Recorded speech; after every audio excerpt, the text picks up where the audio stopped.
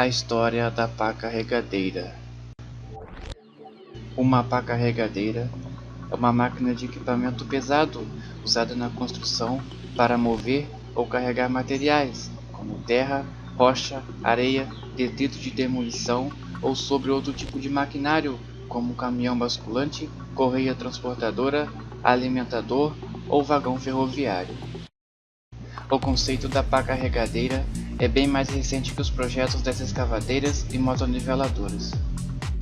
Durante muito tempo, inclusive, as escavadeiras a cabo foram utilizadas em atividades atualmente denominadas exclusivamente pelas carregadeiras, que só surgiram no início do século XX.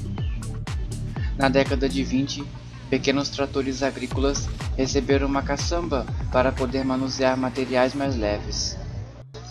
Essa concepção serviu como protótipo para as primeiras pás carregadeiras que, nos Estados Unidos e na Europa, não passavam de um sistema de caçambas e braços de elevação montados sobre um trator agrícola. A elevação era feita pelos cabos de um guincho acionado pela tomada de força, enquanto a descida era por gravidade. Na década seguinte, a E. Boydell foi uma das primeiras empresas a produzir esse equipamento em Manchester, na Inglaterra. Com a marca Mere Hill, os equipamentos dessa fabricante tinham capacidade de 0,4 metros cúbicos e eram montadas sobre tratores Fordson de 28 cavalos. Posteriormente, fabricantes como Scoff, Bray e Allis-Chalmers preferiam inverter a posição do trator, passando a direção para o eixo traseiro. Em 1939, um engenheiro de Chicago chamado Frank G. Huff projetou e produziu a primeira carregadeira sobre pneus de chassi rígido e tração em duas rodas. Denominada Huff HS, a máquina possuía uma caçamba de 0,25 metros cúbicos com elevação por cabos e descida por gravidade por meio de um mecanismo de destravamento. Àquela altura, fabricantes como Caterpillar e Euclid começaram a produzir equipamentos similares, já com tração nas quatro rodas. No entanto, devido ao chassi rígido, os raios de curva eram grandes, impedindo que a máquina trabalhasse em locais confinados. Em 1944, Huff produziu a primeira carregadeira com acionamento hidráulico da caçamba, possibilitando melhor desempenho na carga e descarga. Em 1947, o inventor lançou a primeira carregadeira de projeto avançado totalmente hidráulica e em tração nas quatro rodas, HM, considerada a base do projeto das carregadeiras atuais. Em 1950, a Tractomotive, que viria a se tornar parte da Allis-Chalmers, lançou a TL10 com conversor de torque. Na Alemanha, a primeira carregadeira surgiu em 1952, a partir da montagem de componentes em tratores. Um implemento Wittenberg, montado em um trator Hanomag, e um implemento Schoff, montado em um trator Deutz de 36 cavalos. No mesmo período, também foram desenvolvidas máquinas com oscilação lateral do conjunto de escavação, que se tornou uma característica das máquinas posteriormente produzidas naquele país. Nos anos seguintes, surgiram carregadeiras alemãs Liebherr 99 e as inglesas Mere Hill, com direção feita por meio da reversão das rodas de um dos lados, como fazem as atuais mini carregadeiras. A Exact Jagger da Schwinn tinha giro de 90 graus para cada lado no conjunto da caçamba, uma solução depois adotada como padrão pela Hatra. A primeira carregadeira alemã com tração nas quatro rodas e características similares às máquinas norte-americanas, a Cabell SL600, surgiu somente em 1956, tornando-se a maior da Europa. A primeira máquina de chassi articulado foi lançada pela Schoff em 1955 na Alemanha. Em 1953, a Michigan lançou a primeira carregadeira de pneus com direção no eixo traseiro e braços paralelos, a 75A. Ainda em 1953, a Mixer Mobile lançou a primeira máquina norte-americana de chassi articulado, a Scoop Mobile LD5, seguida pelo modelo HP em 1957 com braço central de elevação. Mas foi somente após o lançamento de uma máquina articulada Euclid pela GM em 1959 que esse conceito passou a ser adotado pela maioria dos fabricantes. Na Europa, vários projetos seguiram a ideia da Huff. A Zeromeyer, por exemplo, lançou sua carregadeira Europe L2000, que se tornaria o carro-chefe da empresa até a década de 80. Em 1954, foi lançada a primeira carregadeira Volvo montada em um trator BM em posição invertida. Com a evolução das carregadeiras ocorrida na década de 50, deu-se maior atenção ao problema de segurança, particularmente com respeito ao ponto de pivotamento do braço da caçamba. Nas primeiras máquinas desenvolvidas, esse ponto ficava atrás do operador, enquanto a estrutura de elevação se movia para cima e para baixo em perigosa proximidade com os braços e limitando significativamente a visibilidade, principalmente na posição elevada. Foi então desenvolvido um trabalho em conjunto entre diversos fabricantes e o National Safety Council, buscando reposicionar o ponto à frente do operador.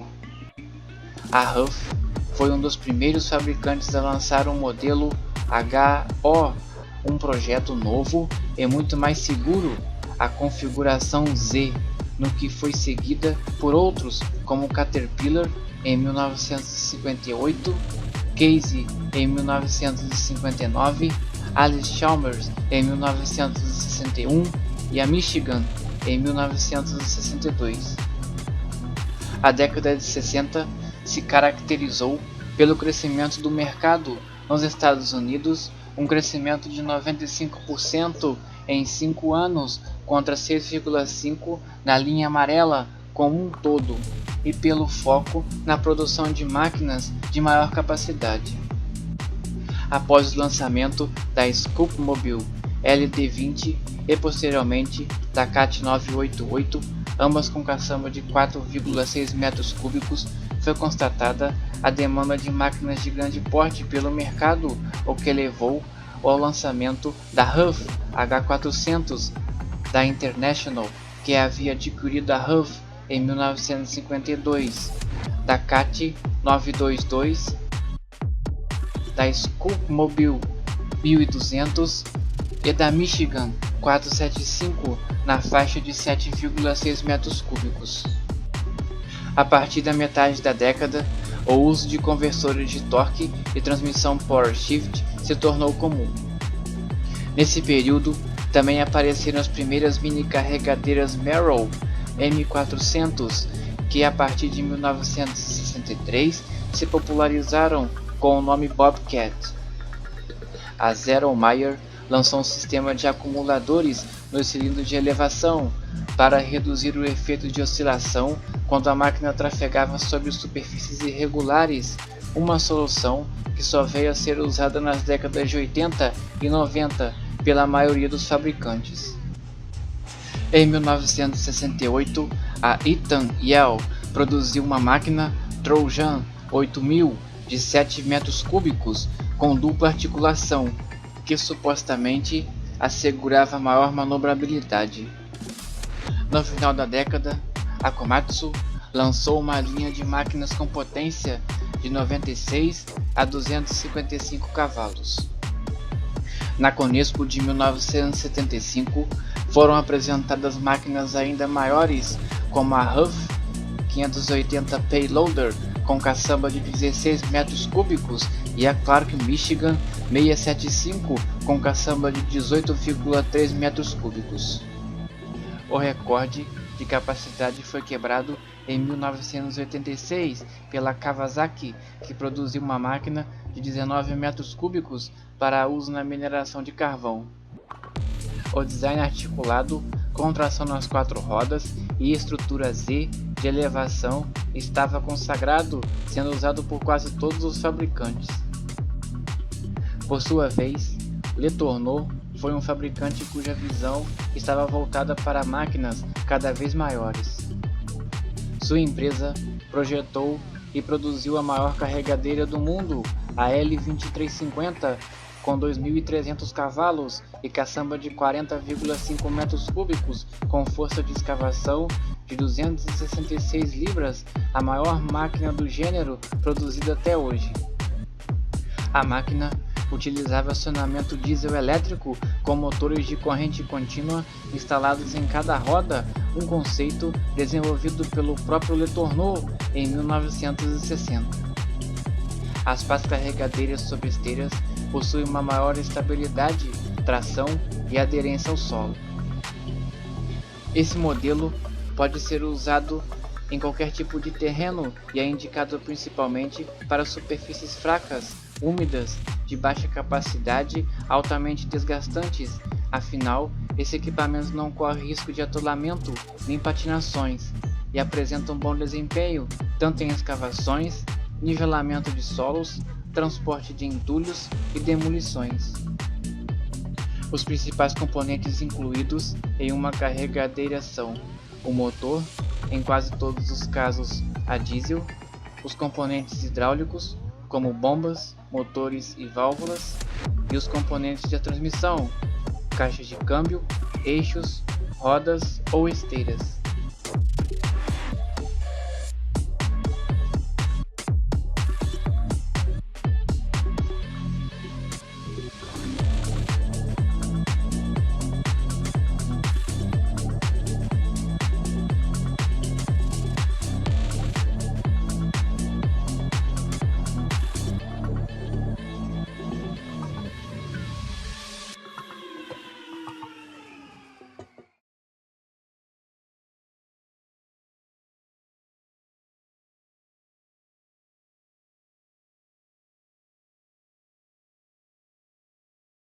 O termo pá mecânica deriva da combinação de dois conceitos.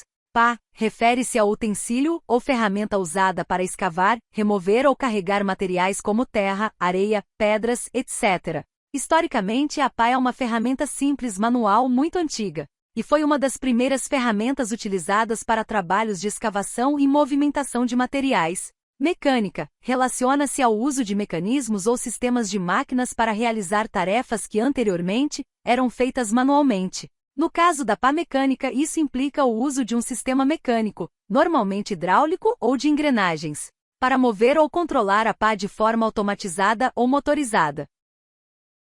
A origem do termo está associada à evolução das tecnologias de escavação e movimentação de materiais. Antigamente, as pás eram ferramentas manuais, mas com o avanço da mecânica e das máquinas, surgiram os primeiros equipamentos pesados que utilizavam um mecanismo, como sistemas hidráulicos ou motores, para movimentar a pá de maneira mais eficiente e em maior escala. A máquina conhecida como escavadeira hidráulica ou pás carregadeiras é um exemplo claro de uma pá mecânica, onde a ferramenta pá é manipulada mecanicamente por um sistema automatizado. Portanto, o termo pá mecânica surgiu como uma forma de descrever a evolução da pá manual para a versão operada mecanicamente, inicialmente com a introdução de equipamentos pesados movidos por motores e sistemas hidráulicos.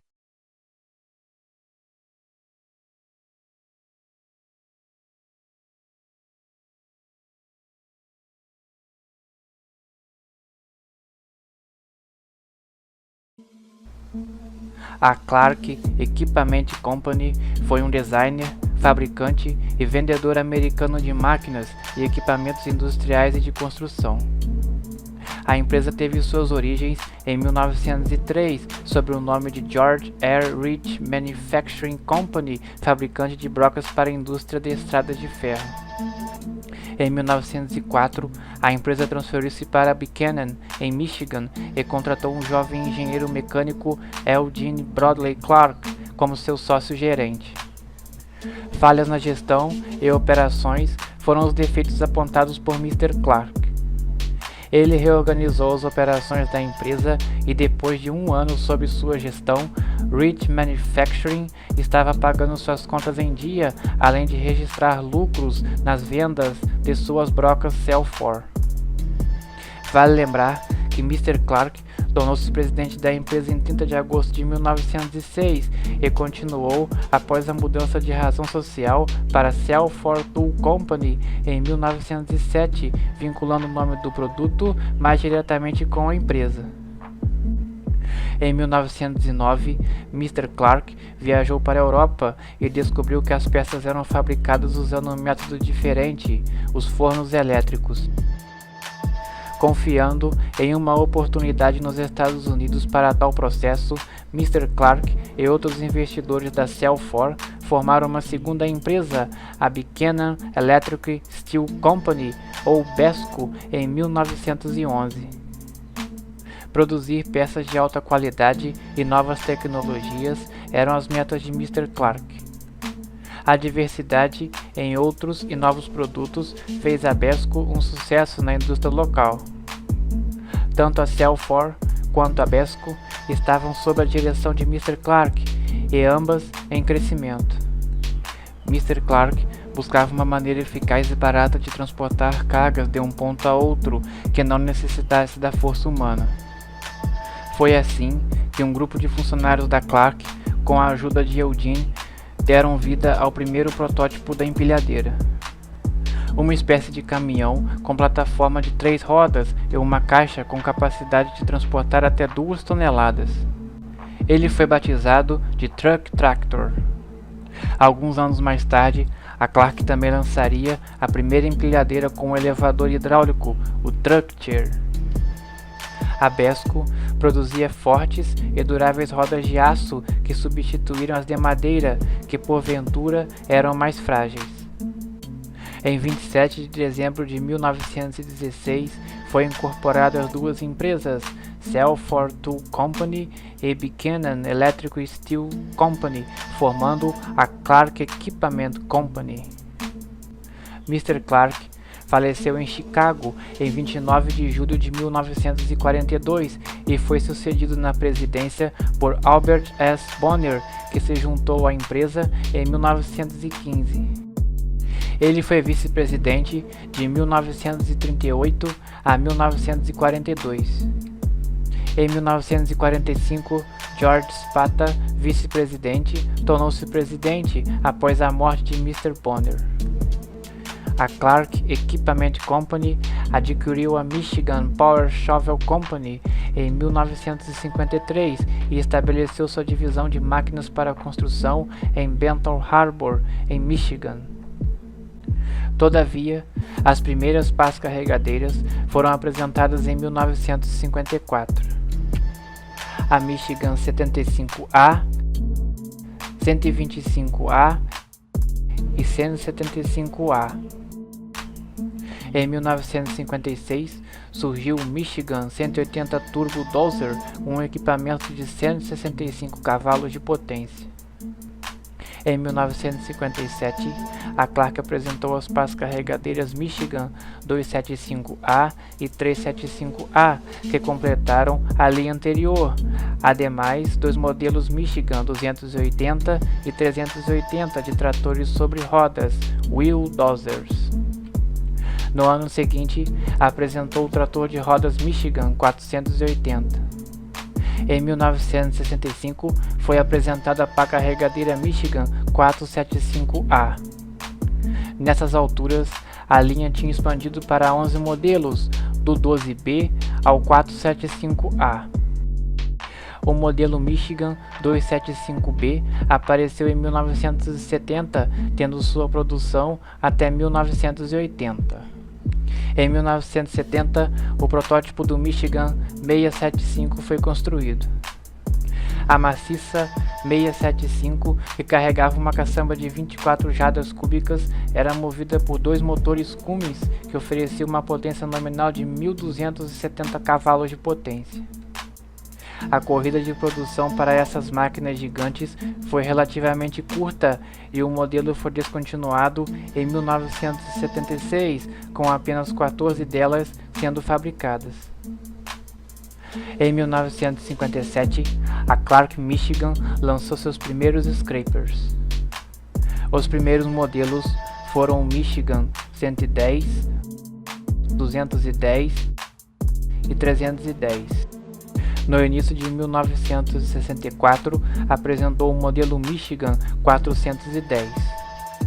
Esse modelo foi construído até 1970. Em 1965, veio o primeiro scraper com elevador. O scraper foi desenhado e construído pela Hancock Manufacturing Company, pioneira nesse tipo de equipamento. Em 1966, a Hancock foi adquirida pela Clark Equipment Company e posteriormente continuou com o nome até 1972. O maior scraper com elevador feito pela Clark Michigan foi o modelo 310H em 1969. Em 1970 veio o modelo 110HT. O Michigan 11015, apresentado em 1972, foi um modelo para 15 jardas cúbicas e era baseado no modelo 110. Pesando 20,7 toneladas, o Michigan 11015 tinha 225 cavalos de potência e usava o motor General Motors Detroit Diesel 6V71T. A linha de scrapers foi descontinuada pela Clark em 1981 devido à queda nas vendas. A fábrica de Lubbock, no Texas, foi fechada. A Clark Michigan iniciou sua experiência em caminhões fora de estrada em 1965. O modelo apresentado foi o Michigan T65 de 65 toneladas de capacidade, que poderia ser equipado com motores Cummins ou GM de 700 cavalos. O Michigan T65 pretendia ser o primeiro da linha de caminhões, mas teve um tempo curto, com apenas 8 unidades fabricadas. Em janeiro de 1984, a Clark Michigan Company anunciou a aquisição da Euclid Inc. Em 1985, introduziu o modelo R190 e em abril, uma joint venture foi formada entre a Clark Equipment Company e a Volvo AB. A Clark contribuiu com sua divisão Michigan e Euclid e a Volvo com sua divisão Volvo BM. A nova empresa passou a se chamar VME Group NV. Após a Clark Michigan Company tornar-se uma subsidiária da VME Group NV, em 1985 o nome Michigan foi gradativamente incorporado à linha Volvo.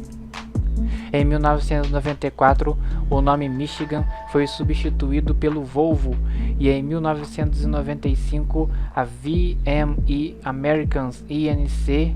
tornou-se a Volvo Construction Equipment.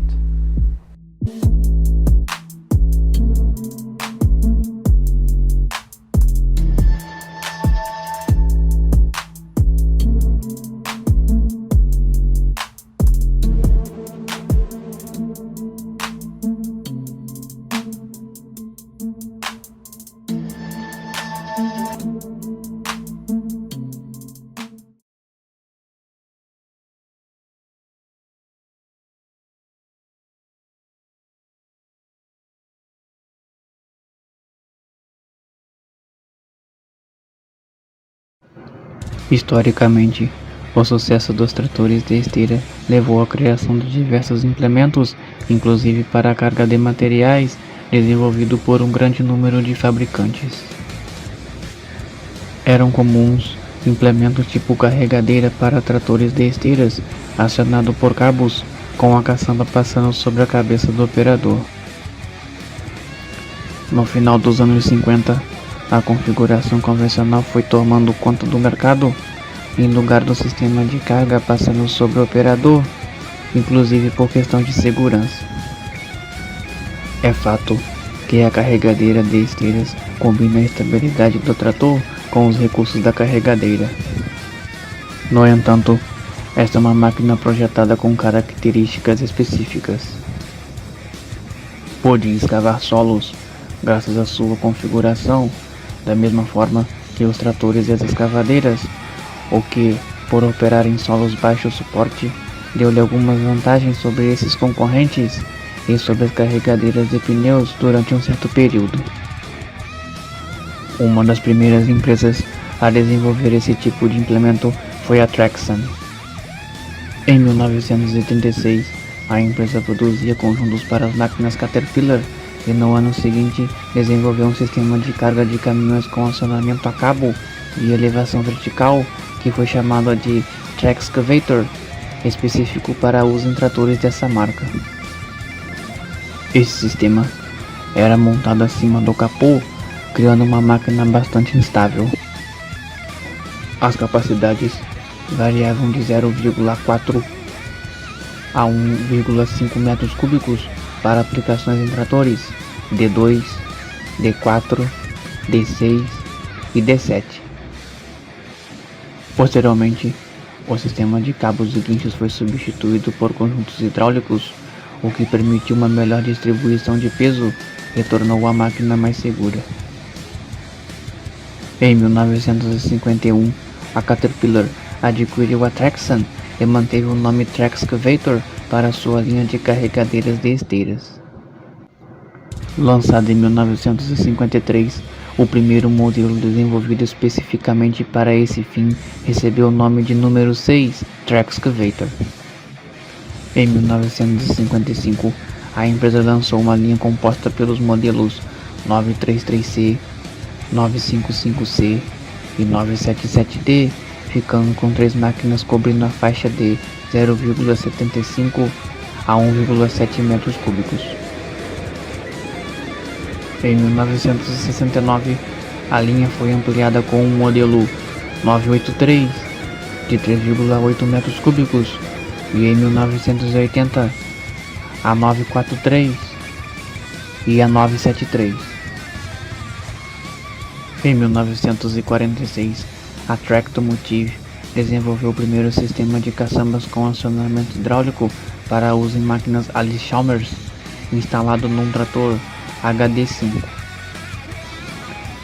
Esta marca acabou por adquirir a Tractomotive em 1959, produzindo algumas das maiores carregadeiras da época, dentre as quais a HD19G de 3,3 metros cúbicos.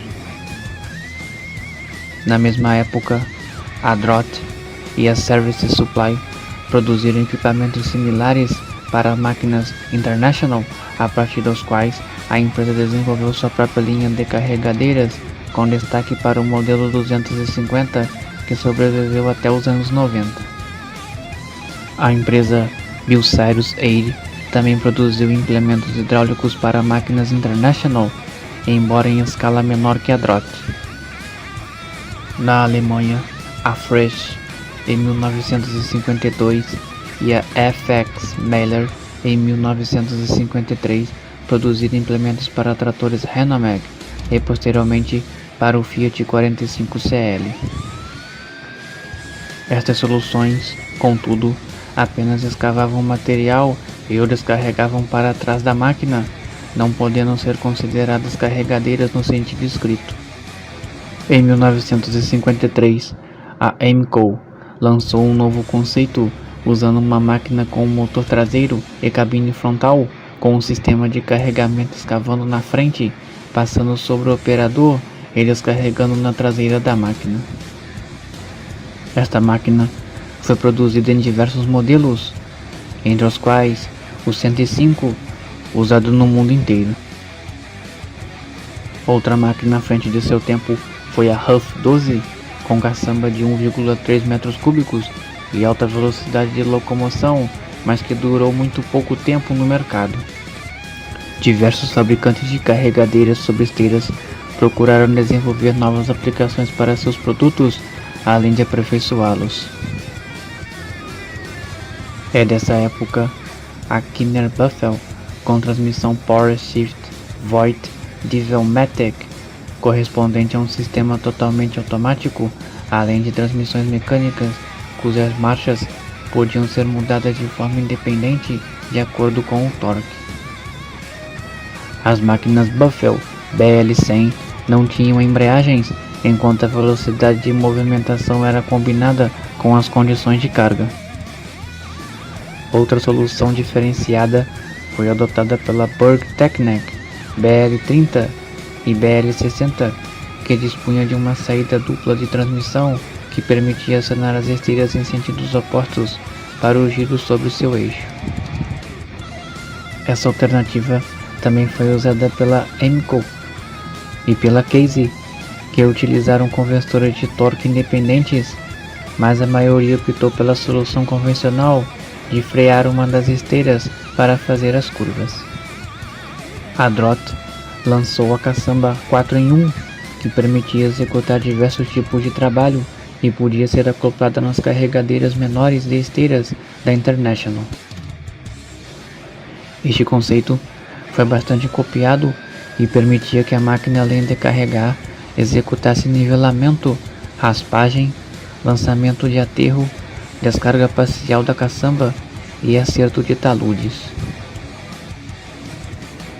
Esse recurso possibilitou a utilização dessas máquinas em muitas áreas de operação até os anos 80. Ainda na década de 70, foram instalados os primeiros sistemas hidrostáticos dos tratores de esteiras.